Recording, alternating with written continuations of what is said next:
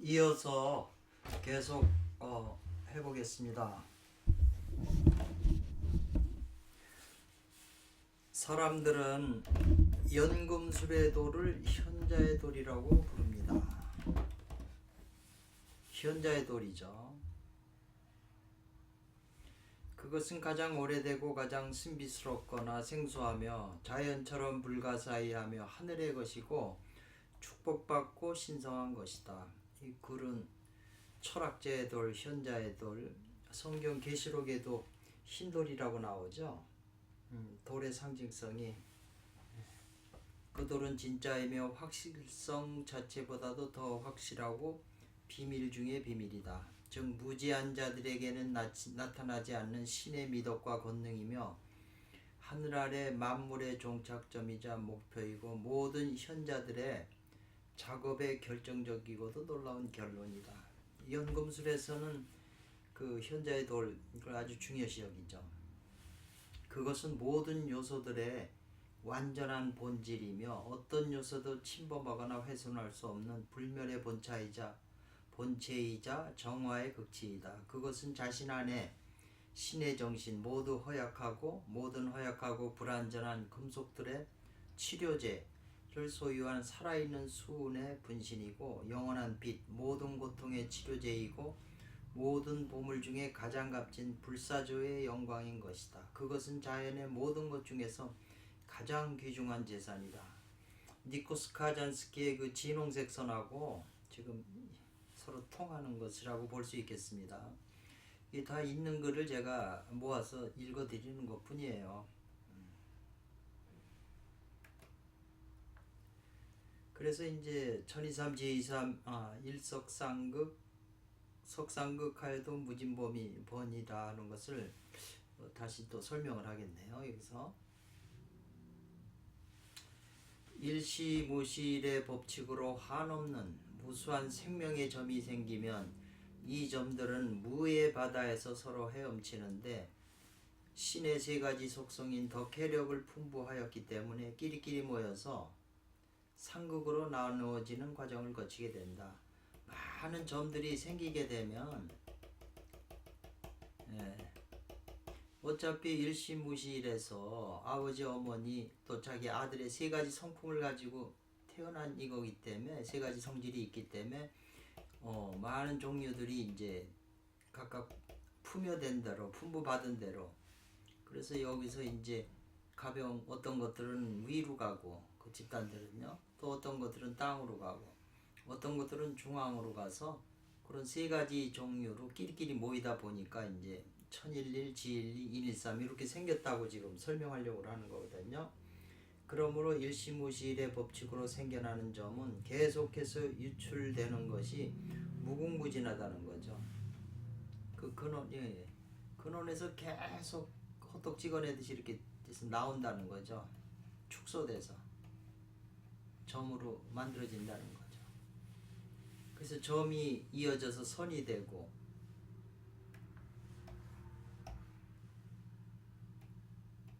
그래서 삼위신고에 나온 진리운의 말대로 사람과 만물은 함께 삼진을 받았는데 왈 성명정이라 사람은 온전히 받고 만물은 조금 치우쳐서 받았다, 이렇게 설명이 되고 있죠.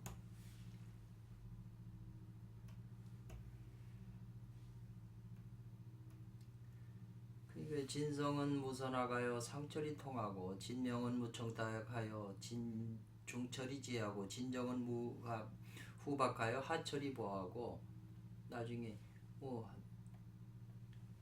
진인 삼진이 나오잖아요. 이렇게요. 하나의 진에서 이렇게 삼진으로 나뉘는 거잖아요. 그래서 증거하는 이는 셋이니 성령과 물과 피라. 또한 이 셋이 합하여 하나이니라. 이렇게 성경에 나와 있거든요. 그러니까 물과 성령으로 거듭나는 게 뭐냐? 요 피의 본질 요거죠. 이게 지금 요 진명에 해당이 되겠네요. 생명이죠. 그 참진자 썼기도 하고요.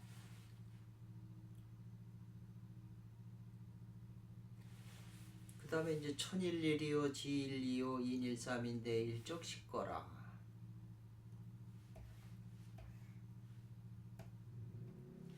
무수히 만들어진 점이 무의 공간에서 헤엄치면서 삼국으로 나누어지는 과정이 계속되면서 천일은 해의 속성, 지일은 힘의 속성, 인일은 덕의 속성이다. 무의 속성인 선천오행의 성질과 합하면서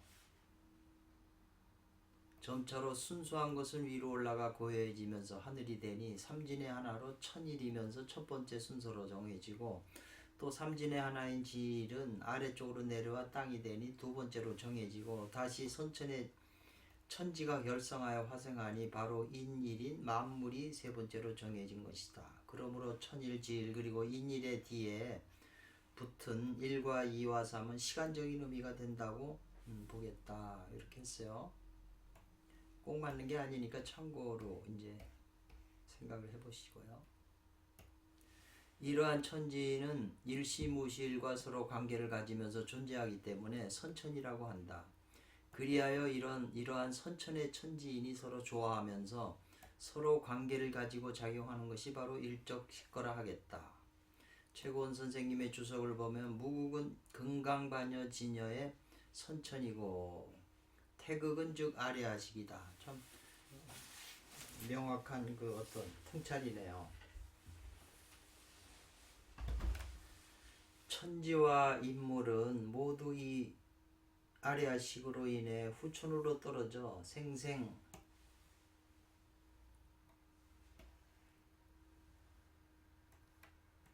사사하로 사생의 길을 전전불식한다고 했다.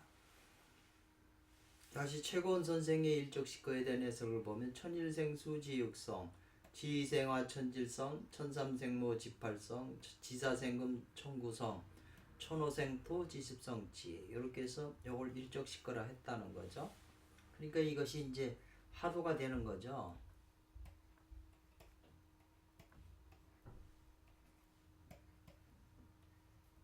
90 이렇게 됐죠.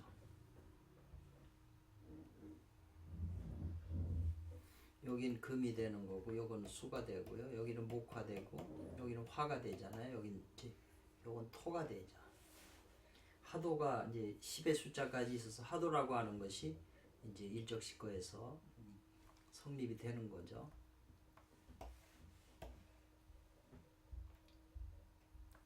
우리가 다시 생각해 보아야 할 것은 천부경은 바로 숫자로 진리를 나타낸 것이라는 점이다. 세상에서 숫자로 표현한 것을 보면 대표적인 것이 유태교 카바라에서 생명의 나무로 여기에서 1에서 10까지 숫자로 진리를 표현하였는데 천부경과 흡사하다. 또 동양에서 하도와 낙서라는 도형이 있는데 이것도 진리를 숫자로 표현한 것인데 천부경 입장에서 보면 하도의 십수와 낙서의 구수가 천부경 진리에 부합한다고 보겠다. 왜냐하면 천부경에는 대삽, 합육, 생칠팔구라고 9라는 숫자가 등장하기 때문이다. 요게 이제 하도고요. 16수, 27화, 38목, 499, 50토 이렇게 돼 있네요.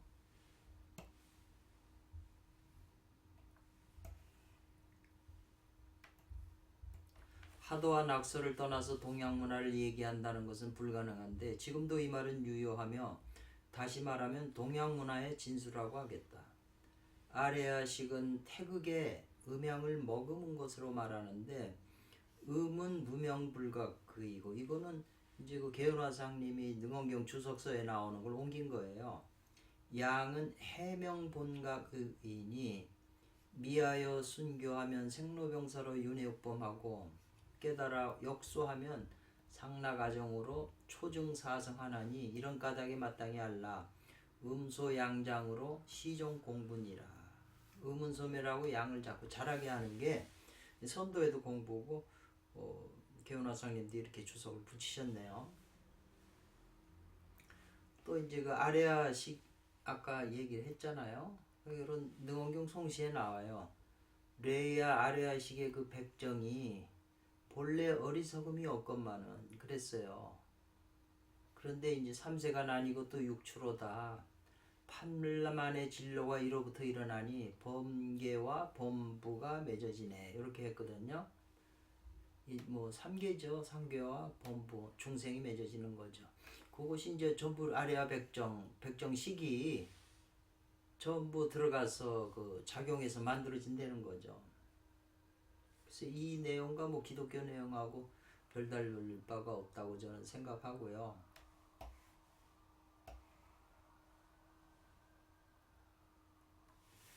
지금 이것도 다 능언경에 저 주석으로 나오는 거예요. 주석으로 나오는 거라 그냥 넘어가겠어요.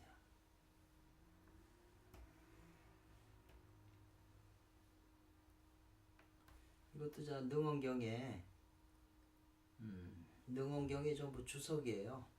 그 개원하상님이 독특한 주석이에요. 하도낙서, 하도의 그 판때기를 요걸 예를 들면 요거 하나만 설명을 해볼까요? 그냥 넘어가면 또 뭔 말인지 그 예를 들면은 16수 27화 38목 4구금 50토잖아요. 그러니까 토와 수가 목을 생했다 이 말이거든요. 이 토하고 요건 수잖아요. 그리고 오행을 하는 분은 토국수 하면 요 수는 토가 극하기 때문에 요 수는 음이 여자가 되고 오가 남자가 되잖아요. 그리고 5하고 6을 더하면 11, 38 합하면 11이 되잖아요. 그래서 풍류는 각의 명인 육수와 육수의 아내와 여기 아내가 되잖아요. 여기 음이니까 여자가 되고 공의 매인 오토의 남편, 이 오토가 남자잖아요. 그리고 서로 섹스를 해가지고 38의 남자 8목과 삼목의 남자, 3의 양이니까 8은 여자를 낳는데 이는 무와 개가 배 아파요 가부를 생한 것이다. 오행 원리로 이렇게 쭉쭉 맞췄어요. 요 논리는 오행을 아는 분들은 그 다 이렇게 받아들일 수 있는 논리예요. 그냥 넘어가고요.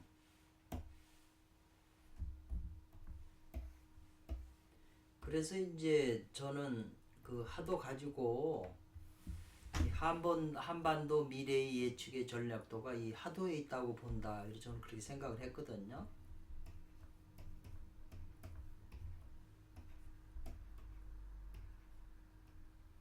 왜냐하면 이것이 목화 이게 다 이 조합이 맞아요. 균형이 잡혀 있고 하도는 10가지 숫자가 돼서 그리고 이제 하도와 낙서는 이제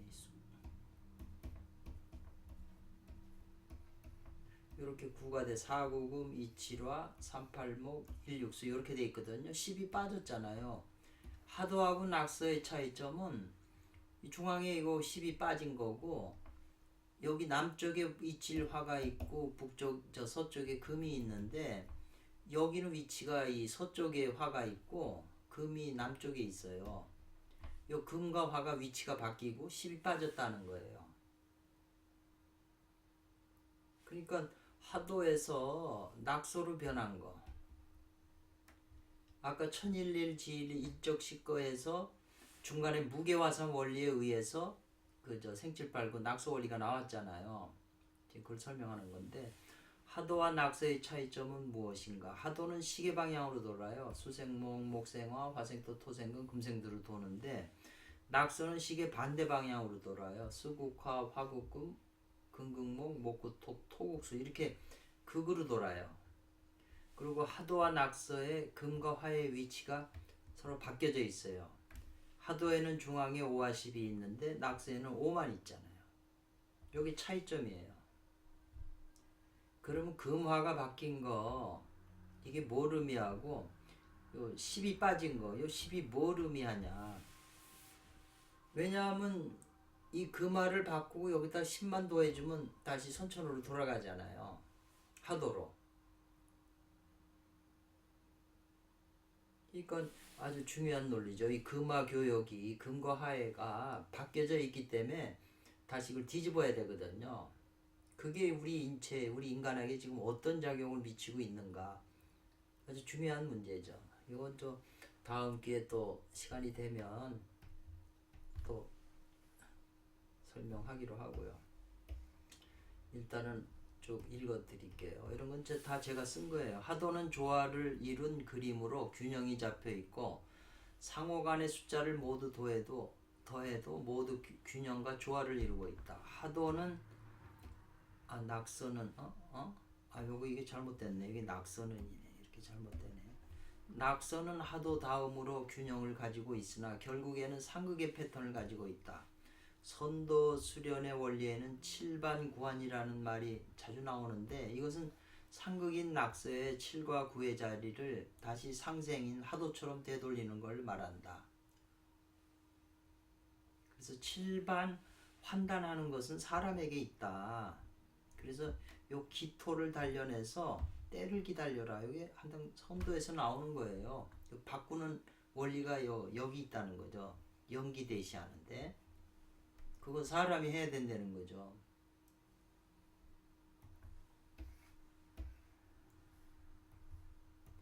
오행의 기본 원리인 상생과 상극에는 순서가 있는데 이것도 지금 그냥 제가 일단 이해하기 좋게 이렇게 설명한 거라 가만히 오행을 기본으로 알고 있는 분들은 이게 무슨 말인지 알 거예요. 첫째는 금과 목이 서로 극하는 금목 상극과 금과 목이 서로 아우르는 금목교병으로 연애의 단계가 있다 이거죠.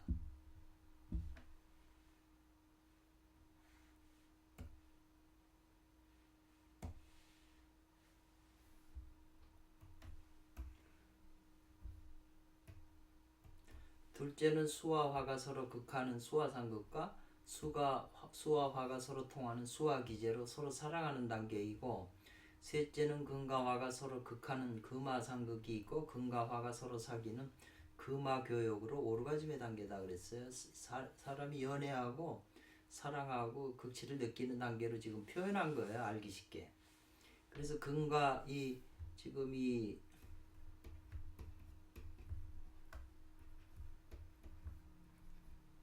요걸 갖다가 여긴 목이고 여긴 금이잖아요. 여긴 수고 여긴 화고 여긴 토다 이거죠.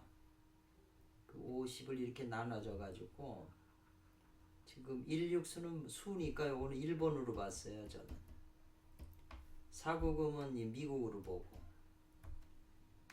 목은 소련으로 보고 화는 중국으로 봤죠. 근데 토는 여기는 이제 오는 남한으로 보고 10은 북한으로 봤어요. 둘 다 토에 속하지만 지금 우리가 이게 갈라져 있잖아요.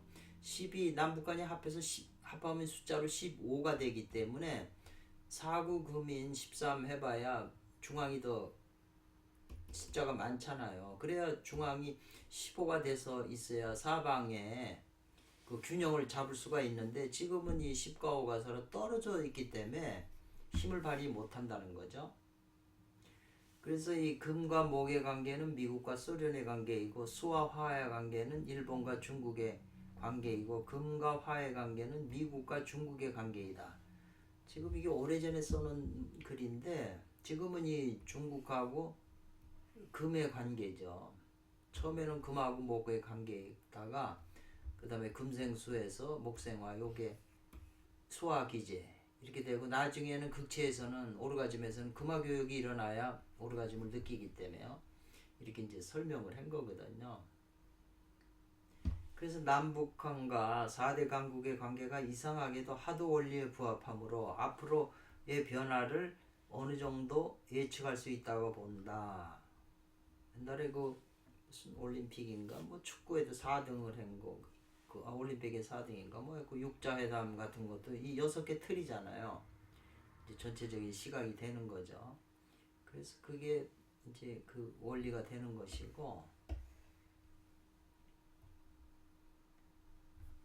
동아시아에서 남북한과 4대 강국이 세력의 균형이 이루어져 서로 상생과 상극하게 되어야만 우리나라가 21세기 선두자리로 나아갈 수 있다. 이제 서로 균형을 잡아야 된다는 거죠. 뭐 누가 쳐부시고 없애는 게 아니라 서로 상생상극하면서 이제 그 균형을 잡게 돼 있다는 거죠. 근데 제가 오랜 세월 관찰해 보면 전부 그런 식으로 이제 그런 방향으로 이제 가고는 있는 거죠. 평화되려면 이 하도의 방법대로 선천의 그 우주 에너지 그 법칙대로 따라가야 되거든요. 그래서 이제 천시, 지리, 인화, 신 중에서 인화만이 부족한 상태다. 때도 천시는 이제 우리나라가 좋게 될 때도 됐고, 이 땅의 장소도 마침 4대 강국에 있는 중심 자리에 차지했기 때문에 옛날에는 그게 고통의 장소였을지 몰라도 지금은 중요한 자리가 되는 거고요. 그 다음에 사람들과의 화목, 단결을 해야 되잖아요. 그리고 신이라고 하는 건 이제 우리나라가 운세를 탄 거거든요. 근데 이 인화만이 조금 부족한 상태이다. 그때 이제 어렵거나 사람이 아프지 않으면 바뀌지 않는다. 양극화의 현상이 나오고 이제 뇌가 변한 신인들이 나온다. 이거는 이제 히틀러가 주장을 했던 건데요. 지금 요건 격압유록에 나오는 건데 사람들이 눈이 시뻘개서 돈에 시뻘게 갖고 사람을 볼 줄 모르는 거죠. 겉으로만 보기 때문에. 그리고 한반도의 강산이 뜨거운 탕에 막 끓어지고 있는데 그 이유를 귀신도 알지 못한다. 이게 격압유록에 나오는 말인데 이게 현실 세태를 그대로 반영하고 있는 것 같아요.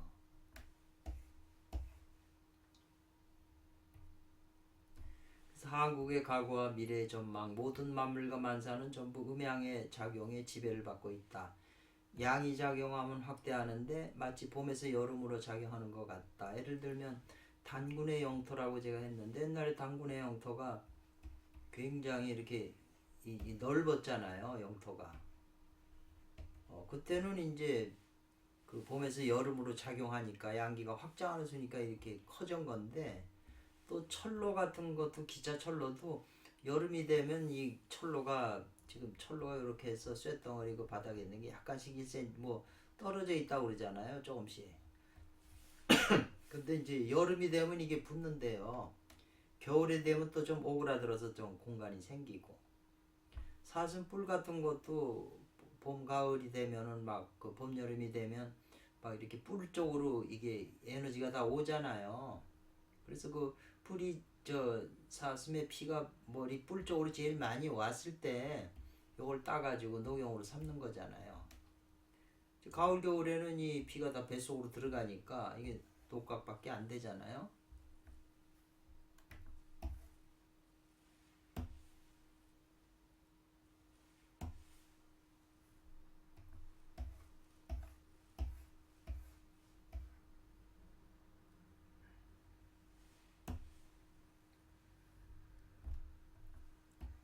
그리고 음이 작용하면 크게 봐서 음이 작용하면 축소하는데 마치 가을에서 겨울로 작용하는 것 같다.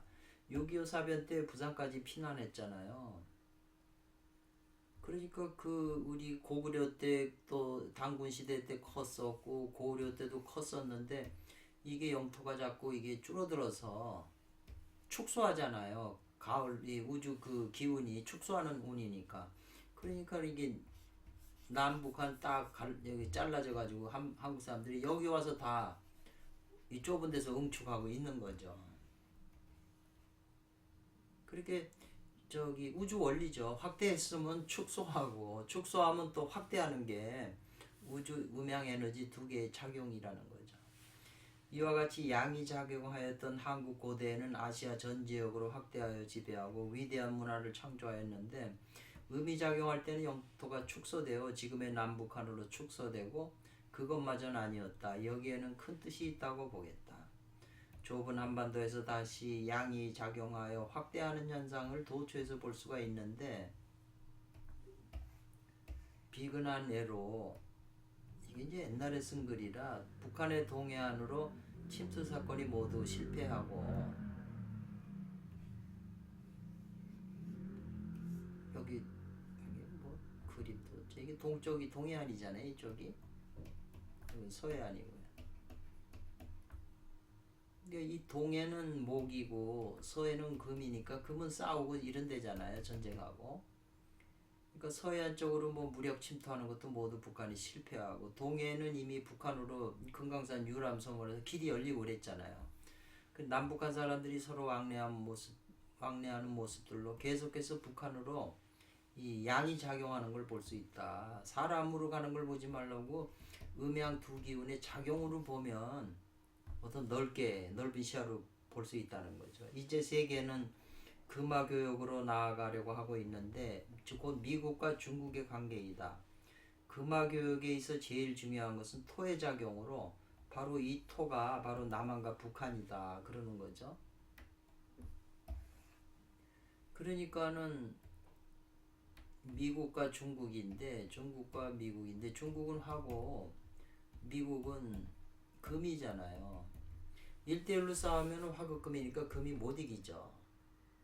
근데 이제 금이 요 중국에 있는 이 중국이 가까이 있는 여기까지 지금 왔으니까 홈그라운드도 아니잖아요. 미국으로 봤을 땐.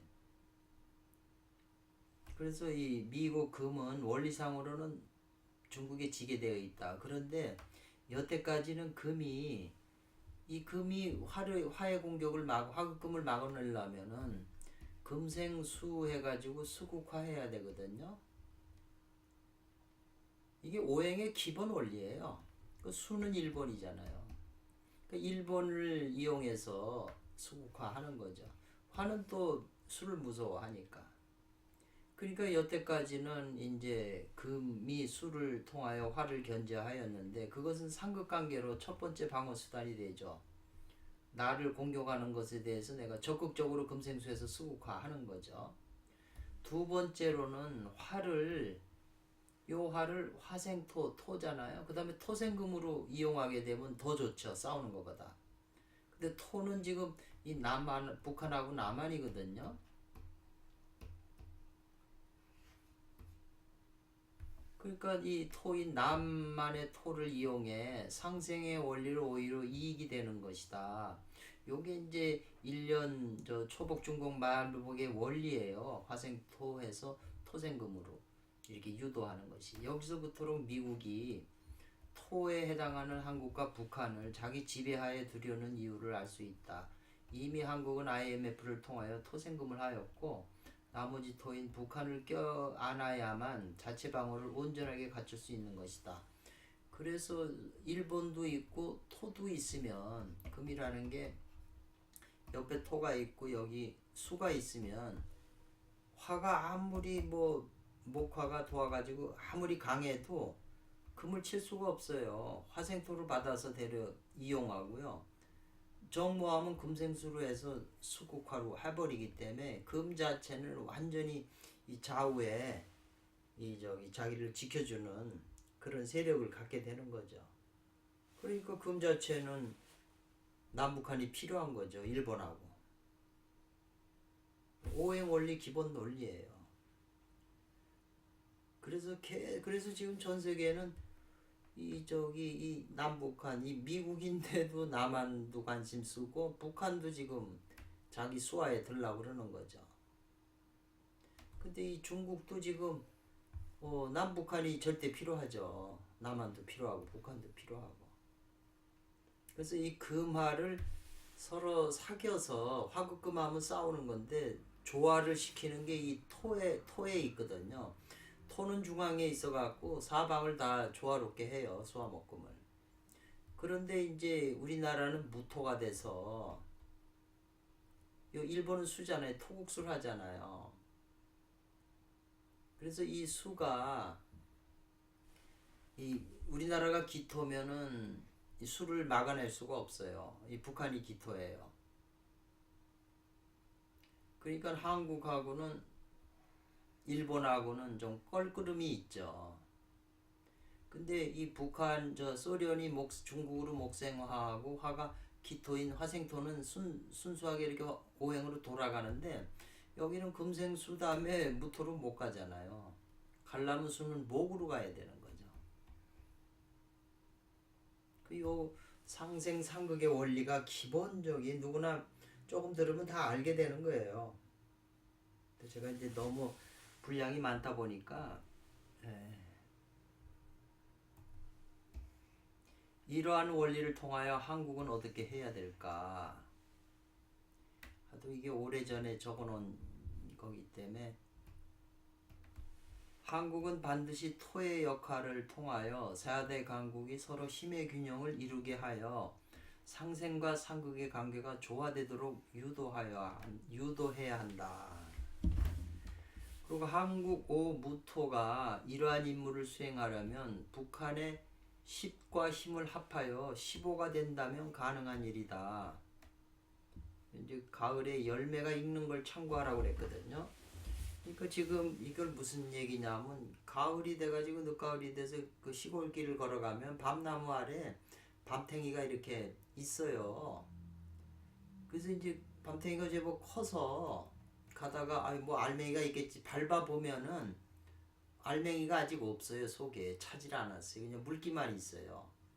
그 더 가야 이제 이 알맹이가 차더라고요. 딱딱해지고 나중에. 이건 뭐냐면 겉이 다 이제 형성을 하고 난 다음에 이제 알맹이가 차는 거죠.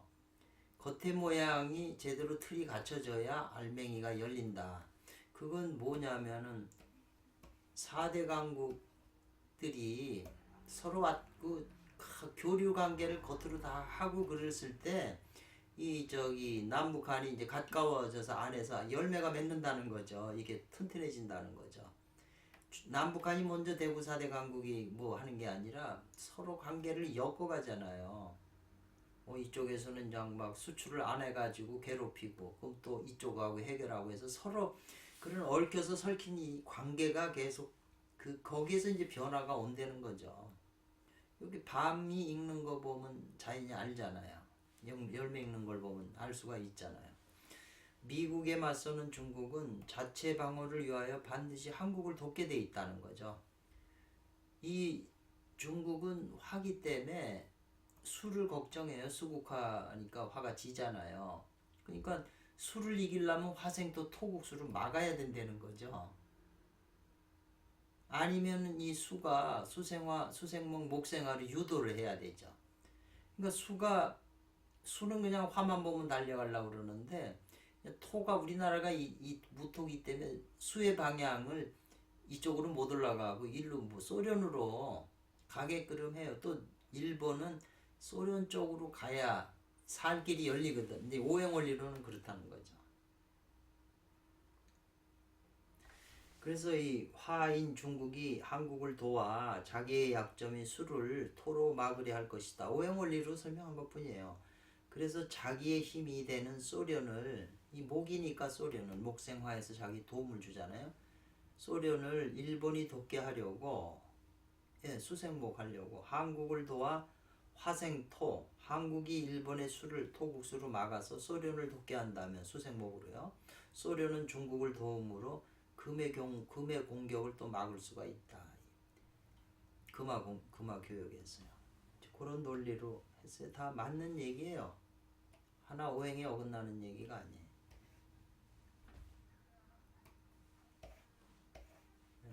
요것도 다 맞는 논리인데 중요한 건데 이제 제가 설명은 복잡해서 안 하고요.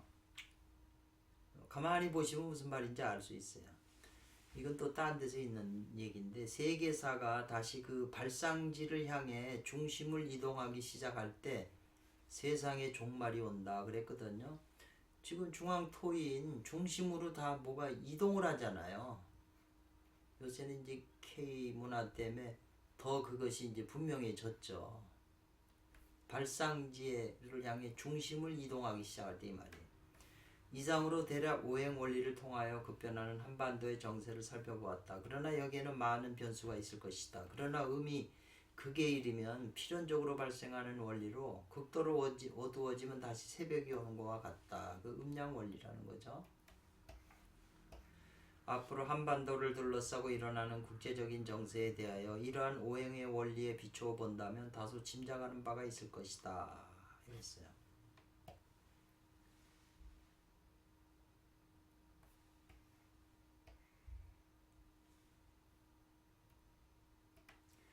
그래서 이제 삼위신고의 무게화삼이라는 게 무게화삼 다음에 천이삼, 지이삼, 인이삼이니 대삼합류하여 생칠팔구라고 그랬는데요. 이 무게화삼이 바로 이제 지금 천일일 앞에 하도하고 낙서에 중간에 여기 위치해가지고 여기 매개체가 되는 거죠. 무게화삼 함으로써 요 낙서인 후천이 이제 발생한다는 거죠. 근데 이런 기본 논리를 이제 사람들은 무게화삼은 전혀 엉뚱하게 다들 해석을 해서 뭐가 뭔지 모르게 만들어 놨다는 거죠.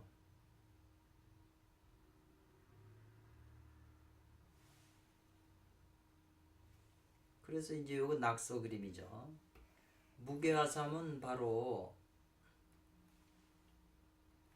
선천에서 뒤에 후천으로 가는 교착점으로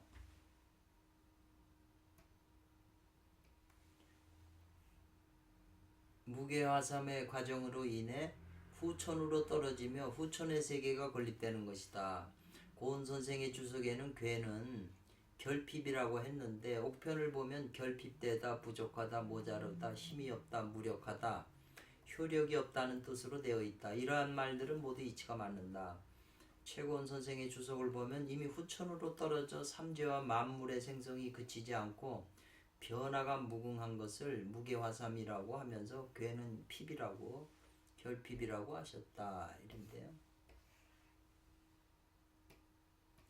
그리고 또 천이삼, 지이삼, 인이사는 여기 대건, 합건 이라는데 건건캐거든요. 여기는 전부 6개 6이고 요거는 9죠. 양은 9로 상징하니까. 그래서 대건, 합건 이 큰 건이 요 곤곤 남자 여자가 합해가지고 7, 8, 9라고 하는 게 만들어졌다는 거예요. 그리고 2는 요거는 음수잖아요. 그리고 요 3은 양수잖아요. 천지인에는 모두 음양이 있는 까닭에 천이삼, 지이삼, 인이삼이라고 했다. 그리고 또 후천의 공곤이 배합하여 화생, 요거는 이제 그 일백수, 이흑토 요런 그 요게 구자화성인가 그런 그 수리로 뭐 또 뭘 살펴보는 게 있어요. 구궁으로 배치되어 운하가 무궁하다고 했다. 그러므로 대건 합건하여 7, 8, 9를 생한다고 했다.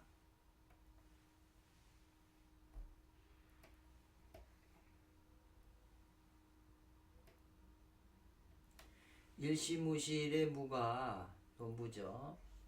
삼으로 변화하여 본래 선천의 무의 공간이 변화한 것이다. 그러므로 선천은 후천 속으로 숨어버리고 후천의 낙서가 발생하게 된 것이다. 천이삼, 지이삼, 인이삼에서는 이는 바로 음양을 말하고 삼은 바로 공간적인 면을 부각시킨 것이라고 본다. 이처럼 대삼합육하여 7, 8, 9를 생하였는데 이렇게 9라는 숫자는 낙서의 숫자와 일치한다. 이랬어요.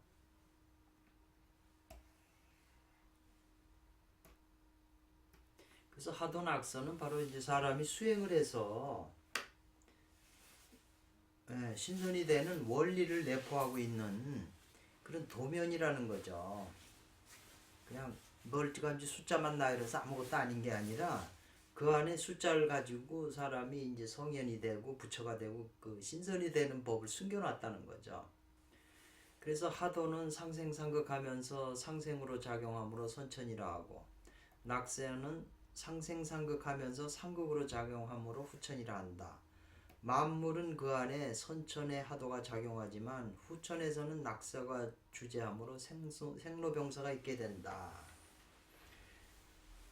그래서 요거는 이제 그 삼위신고에 나오는 거예요. 다 관련돼서 이렇게 표현을 했던 것이고요. 그 천부경에서 여기까지가 근원에서부터 생7, 8, 9라는 데까지 하강하여 창조한 것을 설명한 것이라는 거죠. 근원 일시무실의 1에서부터. 그러므로 우리 인간도 앞에 모든 것을 우리 몸 안에 갈무리하고 있는 거라는 거죠. 우주 전체가 인간의 육체 속에 압축되어 있다. 하나 이는 특수한 직감의 번뜩임 속에서만 납득될 수 있는 그 어떤 것이다. 별, 우주, 세계, 박테리아에 이르기까지 모든 창조물들이 인간의 육체 속에 압축되어 있다고 그랬어요. 저도 이게 맞다고 생각을 해요. 석지연이라는 분의 그 밀교라는 책에 이런 말이 있어요.